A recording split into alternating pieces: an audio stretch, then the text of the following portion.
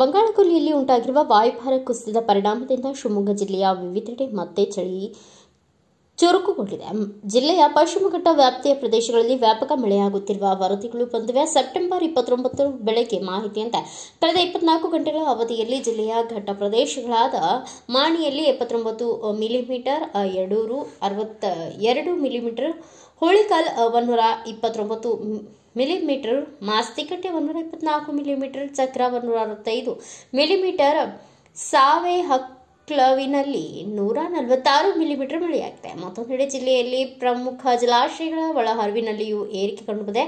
September 29 ಬೆಳಗ್ಗೆಯ ಮಾಹಿತಿಯಂತೆ ರಾಜ್ಯದ ಪ್ರಮುಖ ಜಲವಿದ್ಯುತ್ ಉತ್ಪಾದನಾ ಕೇಂದ್ರವಾದ ಲಿಂಗನಮಕ್ಕಿ ಡ್ಯಾಂ ಒಳಹರಿವು 25,010 ಕ್ಯೂಸೆಕ್ಗೆ ಹೆಚ್ಚಳವಾಗಿದೆ. ಉಳಿದಂತೆ ಭದ್ರಾ ಡ್ಯಾಂ ಒಳಹರಿವು 1,942 ಕ್ಯೂಸೆಕ್ ಹಾಗೂ ತುಂಗಭದ್ರಾ ಜಲಾಶಯದ ಒಳಹರಿವು 10,314 ಕ್ಯೂಸೆಕ್ ಇದೆ. ಈಗಾಗಲೇ ಜಲಾಶಯಗಳು ಗರಿಷ್ಠ ಮಟ್ಟ ತಲುಪಿರುವುದರಿಂದ ಡ್ಯಾಂನಿಂದ ಹೊರಬಿಡುತ್ತಿರುವ ನೀರಿನ ಪ್ರಮಾಣವೂ ಕೂಡ ಹೆಚ್ಚಾಗಿದೆ.